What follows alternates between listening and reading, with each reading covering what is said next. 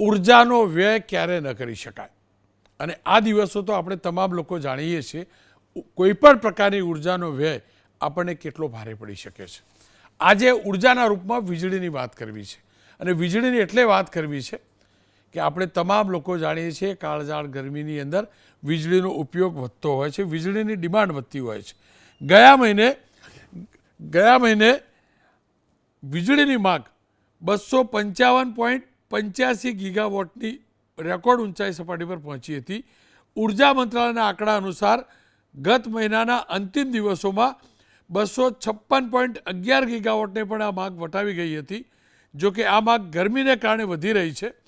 વીજ માંગ 270 ગીગાવોટથી પણ વધવાનું અનુમાન છે. ગયા વર્ષે જૂન 2025માં ઉનાળામાં વીજળીની માંગ 242.77 ગીગાવોટ હતી. 2024 મે મહિનામાં રેકોર્ડ 250 ગીગાવોટ નોંધાઈ હતી અને 23 સપ્ટેમ્બરમાં આ માંગ 243.27 ગીગાવોટ નોંધાઈ હતી. હવે સવાલ એ છે કે વીજળીની ડિમાન્ડ વધે છે તો કરકસર કરવી પણ તો જરૂરી છે. આપણે તમામ લોકો આપણા ઘરની અંદરથી બહાર નીકળીએ છીએ. માની લઈએ કે બાથરૂમમાંથી બહાર નીકળ્યા, વોશરૂમમાંથી બહાર નીકળ્યા તો પહેલાં સ્વિચ બંધ કરીએ છીએ. માની લો કે ઇસ્ત્રી કરતા હોય તો સીધી બંધ કરીએ છીએ. ઘરમાંથી બહાર નીકળવાને પહેલાં એસી બંધ કરી દઈએ છીએ, એસીની સ્વિચ બંધ કરી દઈએ છીએ. સૂરજ દેખાય, તડકો આવે તો ટ્યુબલાઇટ બંધ કરી દઈએ છીએ. પણ જ્યારે આ જ વસ્તુ આ જ વ્યક્તિઓ સરકારી દફતરમાં કે ખાનગી દફતરમાં કામ કરવા જાય છે ત્યારે એમને ફરજ યાદ નથી આવતી અને ખાનગીમાં તો એ માલિકની જવાબદારી હોય, એ મેનેજમેન્ટની જવાબદારી હોય, પણ સરકારની અંદર બિલ સરકાર ભરતી હોય છે, મારા તમારા રૂપિયા ખર્ચાતો હોય છે. અમે છેલ્લા 2 દિવસથી, ગઈકાલે તો મેં ડંકાની ચોટ ઉપર કહ્યું હતું કે અધિકારીઓ ચેતજો, તમારી ઓફિસનું ચેકિંગ થશે. આજે અને ગઈકાલે અમે ચકાસણી કરી 7 દ્રશ્યો તમે જોજો, અલગ અલગ જગ્યાએ અમે ચકાસણી કરી છે, રિયાલિટી ચેક કર્યું છે. ગાંધીનગર, અમદાવાદ, સુરત, રાજકોટ, ભાવનગર, જામનગર ને મોરબી તો આપણા રૂપિયે તાગળ ધીરના છે.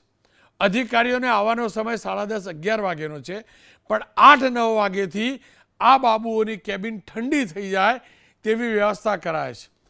સાફ સફાઈ માટે, કચરા પોતા માટે પંખા ચાલુ કરે માની શકાય, પણ ત્યારબાદ બંધ તો કરી શકાય ને. અને આ તો હું આની વાત કરું છું.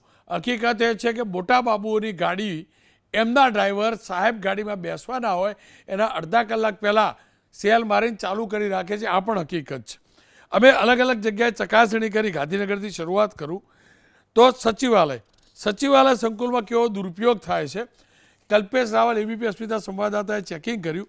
બ્લોક નંબર 5 અને 14માં આવેલી શ્રમ, રોજગાર અને કૌશલ્યવર્ધન વિભાગની કચેરી, શિક્ષણ વિભાગની કચેરી, ઉર્જા પેટ્રોકેમિકલની કચેરી, ઉદ્યોગ ખાણ ખનીજની કચેરી સવારે 9:30 વાગ્યેથી 10:30ની વચ્ચે તપાસ કરી તો કૌશલ્ય શિક્ષણ વિભાગના નાયબ સચિવની ચેમ્બરમાં કોઈ હાજર નહોતું. છતાંય કચેરીમાં 1 કલાક પહેલાંથી લાઇટ પંખા ચાલુ હતા. શ્રમ રોજગાર વિભાગના ઉપસચિવની ચેમ્બર બહાર માર્ગ મકાન વિભાગની સૂચના છે, ત્યાં તો સૂચના લખેલી પાછી કે બહાર નીકળતા લાઇટ પંખા બંધ કરવા. જોઈ લો, આ સૂચના જોઈ લો. હવે આ બોર્ડ તો દેખાતું હોય કે ના દેખાતું હોય, છતાં પણ ચેમ્બરમાં સેન્ટ્રલ એસીની લાઇટો ચાલુ જોવા મળી. ઉર્જા અને પેટ્રોકેમિકલ, હવે જુઓ તમે, વિભાગ છે, છતાં પણ આ સ્થિતિ જોવા મળી. 10 વાગે અધિકારીઓ નહોતા આવ્યા. વહેલા આવ્યો આપણે કહેતા પણ નથી, છતાં એસીને લાઇટ ચાલુ. હવે એ જ વિભાગ આપણને કહે કે ઉર્જાનો વિવેકથી સંયમ સાથે ઉપયોગ કરો. એબીપી અસ્મિતા સંવાદદાતા નવા સચિવાલયના બ્લોક નંબર 5માં શિક્ષણ વિભાગની કચેરીમાં ગયા. ઉપસચિવની ચેમ્બરમાં સ્ટાફ નહીં, કોઈ હાજર નહીં, છતાં પંખા, લાઇટ બધું ચાલુ. એસઓ સાહેબની ઓફિસમાં એક પણ કર્મચારી હાજર નહીં. લોકો બહાર રાહ જોઈને બેઠેલા, પંખા અંદર ચાલુ. નવા સચિવાલયના ઉદ્યોગ ખાણ ખનીજ વિભાગની લોબીમાં પણ આ પ્રકારની સ્થિતિ, ઉપસચિવશ્રીની ચેમ્બરમાં પણ આ પ્રકારની સ્થિતિ, માર્ગ મકાનમાં પણ આ પ્રકારની સ્થિતિ. બોર્ડ બધે લગાવ્યા છે. જોઈ લો એ કલ્પેશ રાવલનો અહેવાલ. તો અત્યારે આપણે માર્ગ મકાન વિભાગમાં છે, બ્લોક નંબર 14માં, અને જેણે સૂચનાઓ આપી છે કે વીજ બચત કરવી જોઈએ, ત્યાં શું સ્થિતિ છે જોવા જઈએ. અત્યારે માર્ગ મકાન વિભાગના લોબી છે. અત્યારે હજુ કચેરીનો સમય શરૂ નથી થયો. પંખા જે છે એ ચાલુ છે, લાઇટો ચાલુ છે. આ તો લોબીની હાલત છે, લોબીના દ્રશ્યો છે. હવે જરા અધિકારીશ્રીના ચેમ્બરની બતાવવાનો પ્રયાસ કરીશ. અહીંયા આ લખ્યું છે, અહીંયા ઉપસચિવ RN બલદાણિયા. ત્યાં જોવા જઈએ શું સ્થિતિ છે. અહીંયા RN બલદાણિયા સાહેબની ઓફિસમાં સાહેબ છે નહીં હાજર, ખાલી ખુરશી દેખાઈ રહી છે, પણ પંખો પણ ખાલી ફરી રહ્યો છે અને લાઇટ પણ ખાલી ચાલુ જોવા મળી રહી છે. ફૂલ લાઇટ, પંખો પણ ચાલુ છે, એસી છે, પણ અત્યારે કદાચ એસી ચાલુ છે કે નહીં એક્ઝેક્ટ ખબર નથી. પણ હાલ હવે બાજુની ચેમ્બરમાં પ્રયાસ કરશું. આગળ જઈએ જયરામભાઈ. અહીંયા જોવા જઈશું. અહીંયા ભરતસિંહ ચાવડા, ઉપસચિવ ભરતસિંહ ચાવડાની ઓફિસ છે, માર્ગ મકાન વિભાગની ઓફિસ છે. માર્ગ મકાન વિભાગમાં ઉપસચિવની ઓફિસ છે અને ત્યાં પણ આ સ્થિતિ છે. સાહેબશ્રી હાજર નથી, સોફા ખાલી, ખુરશી ખાલી, ચેમ્બર ખાલી, પણ સાથે ચાલી રહી છે લાઇટો, ચાલી રહ્યા છે પંખા અને ચાલી રહ્યું છે એસી. આ પ્રકારની સ્થિતિ જોવા મળી રહી છે. માર્ગ મકાન વિભાગે આખા રાજ્યની સરકારી કચેરીઓ અને સરકારી ઇમારતો પર સૂચના મારી છે કે બિનજરૂરી વીજળીનો વ્યય નહીં કરવો, અને એમની જ જે ઓફિસ છે બ્લોક નંબર 14માં ત્યાં આ પ્રકારની સ્થિતિ છે. ગાંધીનગરથી સુરત લઈ જાઉં, ધનરાજ બાગલેનો અહેવાલ જોજો. જિલ્લા સેવા સદન, કલેક્ટર સાહેબ બેસે, ઉચ્ચ અધિકારી સાહેબ બેસે, જોઈ લો આ સ્થિતિ. ધનરાજ બાગલેનો અહેવાલ જોઈ લો.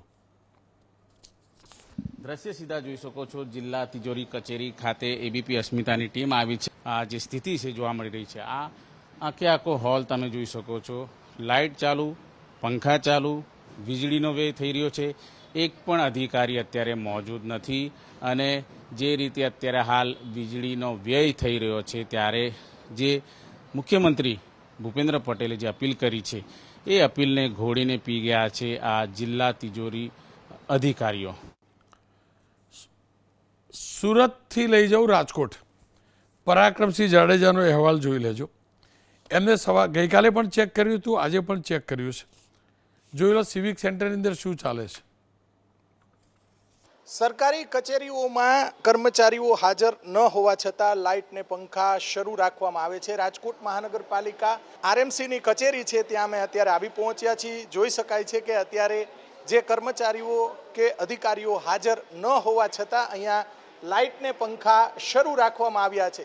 વીજળીનો મોટા પ્રમાણમાં વ્યય થતો હોય તે પ્રમાણેના દ્રશ્યો સામે આવી રહ્યા છે. લોકો બેઠા હોય ત્યાં પંખા રાખે તો બરોબર છે, પરંતુ અત્યારે એક પણ અહીંયા જોઈ શકાય છે કે અત્યારે એક પણ કર્મચારી હાજર ન હોવા છતાં પણ અહીંયા લાઇટ ને પંખા શરૂ રાખવામાં આવ્યા છે. રાજકોટની અંદર અનેક સરકારી રાજકોટ બાદ ભાવનગર લઈ જાઉં, ત્યાંના બાબુની ઓફિસો પણ જોઈ લો. નગરપાલિકાના કમિશનરની જે કચેરી આવેલી છે ત્યાં ઊભા છીએ. જે પ્રમાણે સરકાર છે તે વીજળી બચાવવા માટે આહવાન કરી રહી છે, પરંતુ આપ આ દ્રશ્યોમાં પહેલા જોઈ શકો છો કે 11:20 સમય થયો છે અને અમે અત્યારે જે નરેન્દ્ર કુમાર મીણા કે જેઓ IAS કમિશનર અધિકારી છે મહાનગરપાલિકાના, તેની કચેરી પર ઊભા છીએ અને તમને અહીંથી દ્રશ્યો બતાવવાનો પ્રયાસ કરીશ કે જે પ્રમાણે સાહેબ છે તે પહોંચ્યા નથી. તે પહેલા જો તમે અમે અત્યારે જે અંદર આવ્યા છીએ ત્યાં દ્રશ્યો જોઈ શકાય છે કે જે એસીનું ઉપકરણ છે તે શરૂ જોવા મળી રહ્યું છે. તેમને ઠંડક પહોંચે તે માટે તમે જોઈ શકો છો કે આ જે વીજળીના ઉપકરણો છે તે શરૂ કરી દીધા છે. ખેતીવાડી વિભાગના જે અધિકારીની ઓફિસ છે તેમના તમને દ્રશ્યો બતાવવાનો પ્રયાસ કરીશ કે જે પ્રમાણે જે અધિકારીઓ છે તે કચેરીની અંદર હાજર નથી હોતા, પરંતુ આપ આ દ્રશ્યો જોઈ શકો છો કે જે દરેક કચેરીમાંથી જોવા મળી રહ્યું છે. તે જ પ્રમાણે અહીં જે એસી હોય અથવા તો પંખા અને લાઇટ, આ તમામ વીજળીના જે ઉપકરણો છે તે શરૂ જોવા મળી રહ્યા છે. જો આ જ પ્રમાણે ભાવનગરની વિવિધ કચેરીઓ છે તેની અંદરથી આ દ્રશ્યો જોવા મળી રહ્યા છે. ભાવનગરની અંદર ઠંડક જોઈએ તો જામનગરમાં તો સાહેબમાં ઠંડક જોઈએ ને. જોઈ લો એ પણ અહેવાલ. હું અત્યારના જામનગર જિલ્લા પંચાયતના 5મા માળે છું. અહીંયા આરોગ્ય શાખા આવેલી છે. આ મુખ્ય જિલ્લા આરોગ્ય અધિકારીની આ ચેમ્બર છે. હું અહીંયાના દ્રશ્યો છે તે આપને બતાવીશ કે કઈ રીતે, જે રીતે જો આપને જોવા મળશે કે કઈ રીતે વીજળીનો વ્યય છે તે થાય છે. અહીંયા સાહેબ ભલે ના આવ્યા હોય, પરંતુ એસી ચાલુ છે, સાહેબની તમામ પંખાઓ છે તે સાહેબની ચેમ્બરમાં ચાલુ છે. આ મુખ્ય જિલ્લા આરોગ્ય અધિકારી છે, તેમની આ ચેમ્બર છે, તેમાં આ સ્થિતિ છે તે જોવા મળી રહી છે. અમદાવાદ લઈ આવું ને, રાજલ બારોટનો અહેવાલ તો જોઈ લઈએ. વીજળીની બચત થાય તેના માટે રાજ્ય સરકાર દ્વારા અવારનવાર અભિયાન છે તે શરૂ કરવામાં આવે છે, પરંતુ સરકારી કચેરીમાં લાલિયાવાડી છે તે જોવા મળે છે. અત્યારે અમે લોકો આવી ગયા છે અમદાવાદના વસ્ત્રાપુર બહુમાળી ભવન કે જ્યાં આગળ જિલ્લા શિક્ષણાધિકારીની કચેરી આવેલી છે, અને અત્યારે જે સમય થયો છે તે 9:31નો સમય થયો છે. જો કે સરકારી બાબુઓનો આવવાનો અડધો કલાક પહેલાં જ આપ જોઈ રહ્યા છો કે અહીંયા આગળ જે કચેરી છે જેમાં લાઇટ અને પંખા અહીંયા આગળ ચાલુ કરી દેવામાં આવ્યા છે. જો કે મુખ્યમંત્રીએ પણ ગયા વર્ષે ટકોર કરી હતી કે આ તો થોડાક સેન્ટર છે, થોડીક ઓફિસો છે. અમારી પણ તો મર્યાદા છે ને, પાછા એમ કે અધિકારી કે જબરજસ્તીથી ઘૂસી આવ્યો એટલે હાચવીને કરવાનું આ બધું, નહીંતર કેસ કરી નાખે ને પાછા. તો ભાઈ અમારી ઓફિસમાં ગયા, આ કર્યું તે કર્યું. અમારો ઇન્ટેન્શન ચોખ્ખો છે, કરકસર યુક્ત વ્યવહાર થાય એ માટેનો છે. પટેલ સાહેબ મારી સાથે જો. પટેલ સાહેબ બીક તો લાગા પડે સરકારી ઓફિસમાં જતા, ભલે પેલા એસી વહેલા ચાલુ કરી દે પણ ગયા હોય ને શૂટિંગ આવે તો કાલ ઉઠીને નોટિસ બી આવી જાય, ભાઈ અમારી ઓફિસમાં કેમ પ્રવેશ્યા. આ બી તો જોવાનું. પણ આ કેટલું જરૂરી છે, તમારો અનુભવ શું કહે છે? કેટલો વેડફાટ થઈ રહ્યો છે?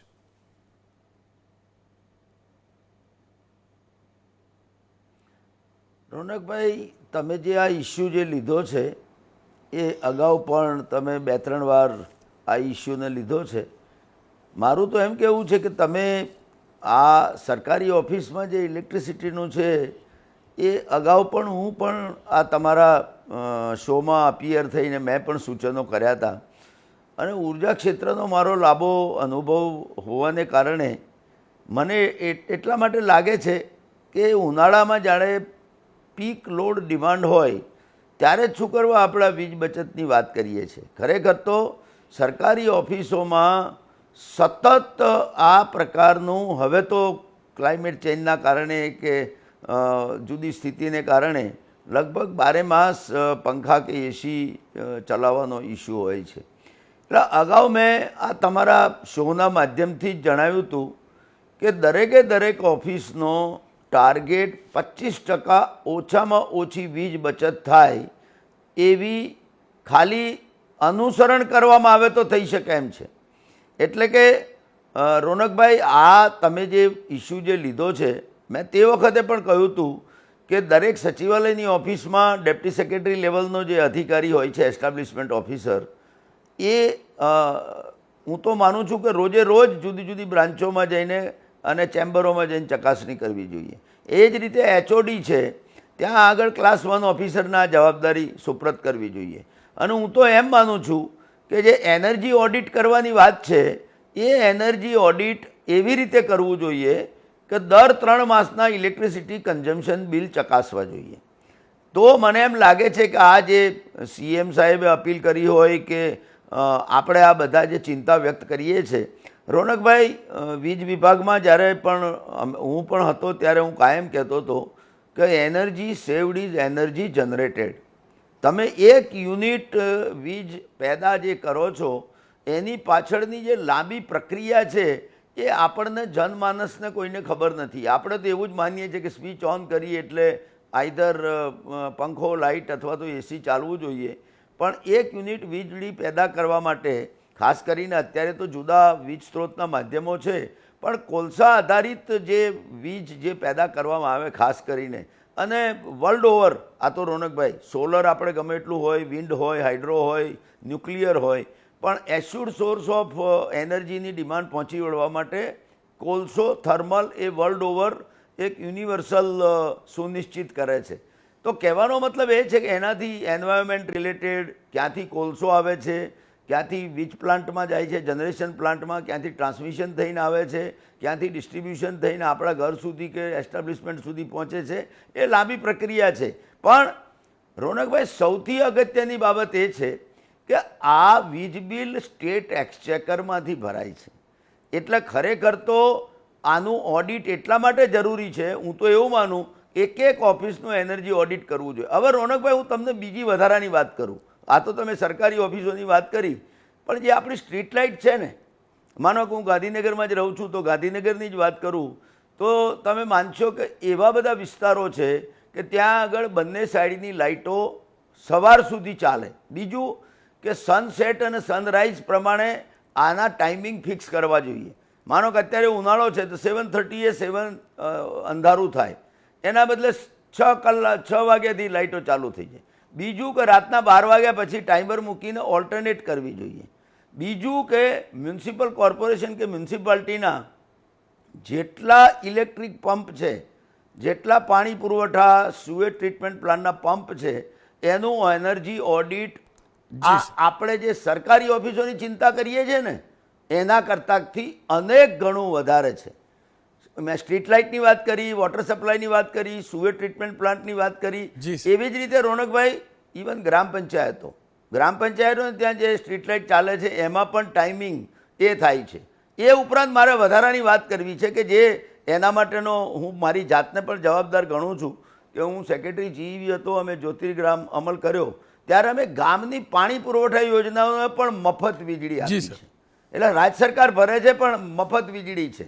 એટલે બને છે શું કે ગ્રામ પંચાયતો પણ પોતાની જે વોટર સપ્લાયની સ્કીમ છે એમાં અનસ્ટાન્ડર્ડ મોટર ગમે તે એમના કામના એના કલાકો ફિક્સ નહીં. એટલે આ તો મેં તમને બધા માધ્યમો સૂચવ્યા, પણ મારું તમને એટલું જ કહેવું છે કે તમે જે ઇસ્યુ લો છો એ બહુ જ રેલેવન્ટ ઇસ્યુ છે, રાજ્ય સરકારના હિતમાં છે, રાજ્ય સરકારના અધિકારીઓની જ આ ફરજ બને છે. તમે ધ્યાન દોરો છો એ બરાબર છે, પણ મારી તો ચીફ સેક્રેટરી કે સેક્રેટરી R&Bને વિનંતી છે કે દરેક વિભાગોની જવાબદારી નક્કી કરવામાં આવે કે દર મહિને એનું જે ઇલેક્ટ્રિસિટી બિલ આવે છે એ 25% ઘટવું જોઈએ. બીજું કે જેટલા ઉપકરણો જે છે એ ઉપકરણો એનર્જી ઓડિટ કરાવી, અને કેમ કે એનું કારણ છે રોનકભાઈ કે જેટલો કોન્ટ્રાક્ટેડ લોડ લીધો હોય એના બદલે કનેક્ટેડ લોડ વધારે હોય છે. માનો કે કોઈક જગ્યાએ 4 AC હોય એના બદલે અત્યારે 10 AC ચાલતા હશે, એવી જ રીતે પંખા હશે, એવી જ રીતે લાઇટો હશે. એટલે કહેવાનો મતલબ એ છે કે આને એકદમ સિસ્ટમેટિક